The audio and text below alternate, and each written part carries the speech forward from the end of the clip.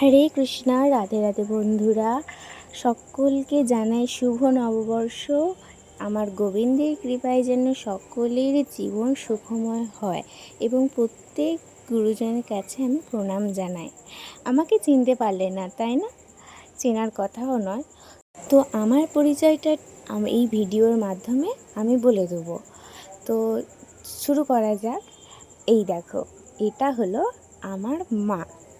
আমার মা এই চ্যানেলে কাজ করতো, কিন্তু একটু প্রবলেমের জন্য মার সময় হয়ে উঠছে না। তাই আমি ঠিক করলাম এই চ্যানেলটা আমি চালাবো।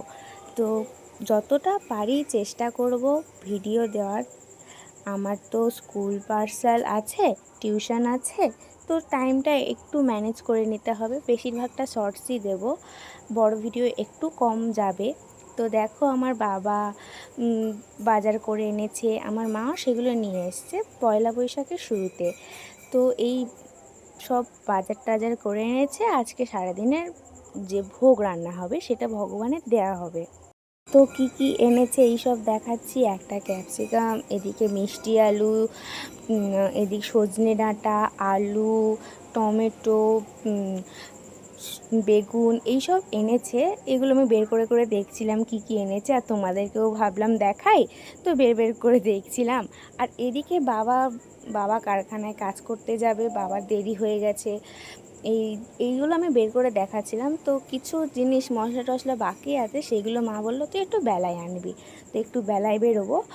আর এই যে দেখো, পটল এনেছে, শসা, এই দেখো এই সব রকমের সবজি এনেছে। আর একটা কথা, আজ হয়তো আমার স্কুল নেই বলে আমি ভিডিও করতে পারছি। প্রত্যেক দিন হয়তো আমি সঠিক মতো ভিডিও ছাড়তে পারবো না, কিন্তু চেষ্টা করব শর্ট ভিডিও অবশ্যই দেওয়ার। কিন্তু যদিও বা বড় ভিডিও না দিতে পারি, বন্ধুরা প্লিজ আমার পাশে থেকো এবং ভিডিওটা দেখার চেষ্টা করো। আমার তো স্কুল টিউশনের অনেক চাপ এখন, কারণ আমি এখন ক্লাস 9-এ পড়ি। তাই আমার এখন ওটার দিকেই বেশি খেয়াল রাখতে হবে। সকাল থেকে টিউশন শুরু করে, স্কুল শুরু করে, শেষ সন্ধ্যের সময় এসে আবার টিউশন, এবার রাত্রিবেলা এসে ভিডিও এডিট করে ভয়েস দেওয়া, এত কিছু তো প্রত্যেক দিন আর সম্ভব নয় আমার এই টাইমে। তো তোমরা একটু প্লিজ আমার সাথে থেকো। আর এই দেখো, মা এদিকে গোপালের কাছে গিয়েছে গোপালের অর্চন করাতে আর সাজাতে, আর আমি এদিকে নিম হলুদ টলুদ নিয়ে আমি কেটে এগুলো বাটতে শুরু করেছি। আমি এগুলো মেখে স্নান করে নেব, আর বাবা আর ভাই একটু পরে এসে এগুলো মেখে স্নান করে নেবে। তো এগুলো বেটে নিচ্ছি আমি। এদিকে বাটতে গেলে খুবই কষ্ট বাবা। এই প্রথমবার আমি নিম হলুদ বেটেছি, সত্যি বলতে এত কষ্ট হয়েছে আমি কি বলবো। এই ফার্স্ট টাইম নিম হলুদ বেটেছি না, এর আগেও বেটেছি, কিন্তু সেটা অল্প পরিমাণে। হ্যাঁ, এবারে তো অনেকটাই পরিমাণে নিয়ে বাটছি না, তাই এদিকে কষ্ট হচ্ছিল। যাই হোক, বাটতে তো হবেই, মা এদিকে কাজ করছে, আমাকে একদিকটা সামলাতে হবে। তাই আমি নিম হলুদটা বেটে নিচ্ছি একসাথে। মেখে নিয়ে স্নান করে তারপরে আমার আরও কাজ আছে, আলতা পরা। আজকে ভাবলাম পয়লা বৈশাখের দিন আলতা পরবো। আলতা পরে রেডি হয়ে আবার আসবো আমি আমার গোপালের কাছে এসে দেখব কেমন মা সাজিয়েছে, কি করেছে।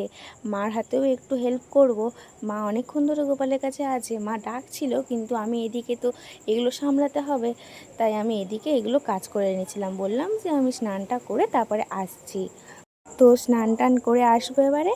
এই দেখো, মার কাছে চলে এসেছি। আমার মা ঘরটর মুছছিল, আর এই আমার গপুদের সাজিয়েছে। আমার মা ঘরটর ভালো করে মুছে নিয়েছে। এবারে ভোগ লাগাবে, ভোগ লাগিয়ে আরতি করবে। আমার মা সেই সকাল থেকে করে যাচ্ছে। আর এই দেখো, বাবা চলে এসেছে। বাবা এসে বলছে খুব সুন্দর সাজিয়েছে।